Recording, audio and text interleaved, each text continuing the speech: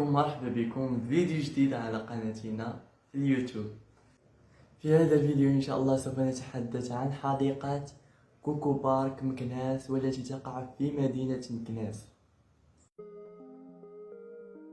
وتعد أكبر حديقة في المدينة، وتم افتتاحها عام 2012، والتي تبلغ مساحة كبيرة تبلغ حوالي 10 هكتارات.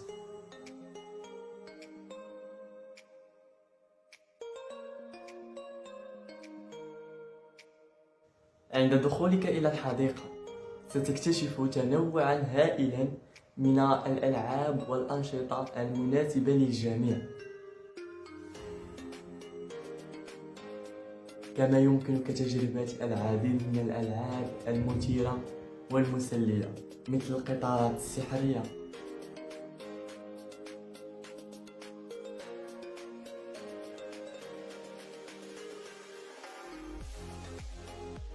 والسفينة الهزازة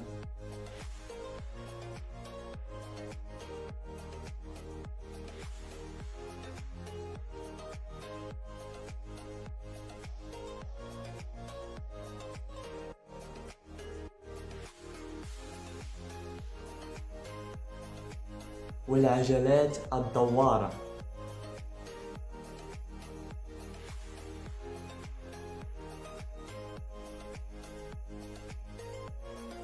وقفازات الهالة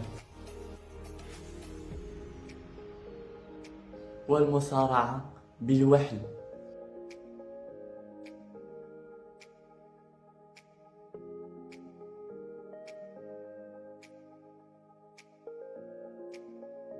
وحتى التزلج على الجليد في الصيف. واو!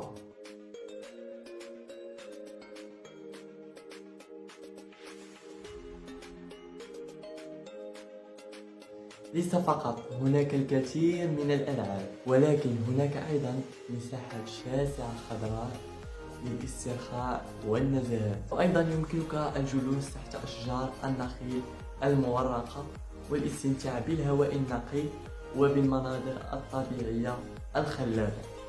وبالإضافة إلى ذلك هناك مقاهي ومطاعم في المنتزه، كما يمكنك تناول الوجبات الخفيفة والمشروبات لتلبية احتياجاتك من الطعام والشراب.